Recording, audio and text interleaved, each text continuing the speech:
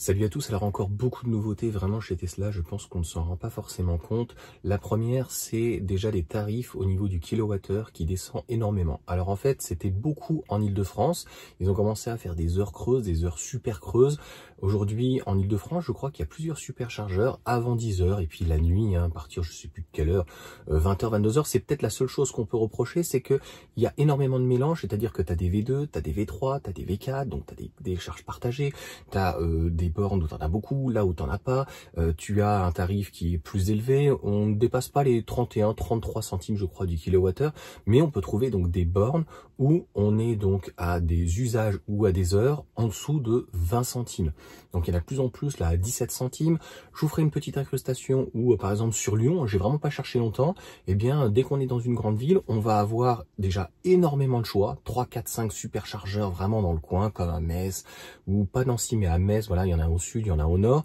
Et lorsque c'est les nouveaux donc V4, a priori ils ont réussi aussi à baisser les coûts, ça on en parlera juste après vraiment très rapidement, c'est-à-dire que on est je crois à 17 centimes, donc on arrive à trouver des bornes. À un moment donné, je sais pas si vous vous rappelez, on était à 11 ou 13 ou 15 centimes, bref c'était délirant. Donc quelqu'un qui a une Model 3 qui a une consommation de 12 kWh par exemple, à 17 centimes là en l'occurrence, on est sur un coût d'usage de 3 € du 100 km.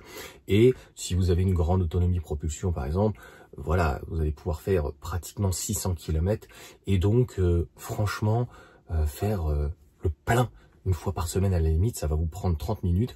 Pensez que très souvent on est au niveau des superchargeurs, on est au niveau donc des zones commerciales, et c'est une question de réflexion en fait, et c'est des habitudes changeantes, mais ça les gens malheureusement on ne pourra pas les changer dans leurs habitudes. Ils ont l'habitude d'attendre comme ça à la station pendant 5 minutes et parfois de faire la queue, mais bon, bref, c'est un autre problème. Donc, je n'y connais pas du tout assez en termes d'industrialisation des bornes, mais Tesla, a priori, a encore un coup d'avance. Je vous ferai une incrustation. Donc, les bornes, normalement, il y a une norme. C'est pas Jeannot, je suis désolé. Et en gros, ils ont passé en 4 fois 240 000 mm². Donc voilà, je vous laisserai lire sur le côté parce que c'est des termes assez techniques, c'est des termes, je suis pas électricien, je suis désolé. Mais on le sait très bien que de toute façon, au niveau des stèles, elles sont je crois par 3, parfois bizarrement par 4. On le voit par exemple au Mans où les V4 de toute façon, voilà, c'est tellement industrialisé. Donc je ne sais pas, ils utilisent de l'alu, etc. Donc c'est leur propre process, c'est industrialisé et c'est pas de l'orfèvrerie, mais voilà, c'est pas un truc fait, voilà, on fout 2 bornes d'un côté, etc. Et puis c'est fait un petit peu, pas à l'arrache, mais c'est encore une fois industrialisé et c'est vraiment donc fait d'une manière vraiment millimétrée.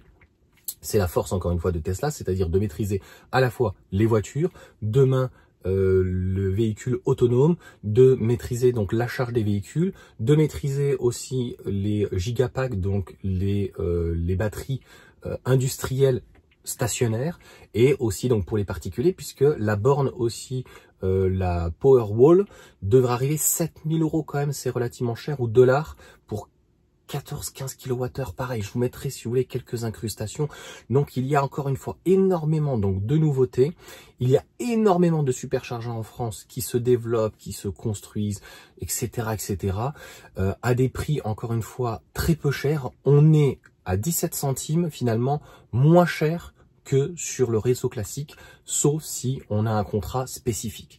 Donc les gens qui te disent à chaque fois, oui la voiture électrique c'est trop cher, j'en ai eu un, oui mais bon j'ai ma BM de 1999, elle doit avoir 400 000 km tous les mois, ou tous les 6 mois il doit avoir des problèmes d'entretien, etc. machin, je l'ai payé 7000 €, je trouve ça déjà très cher.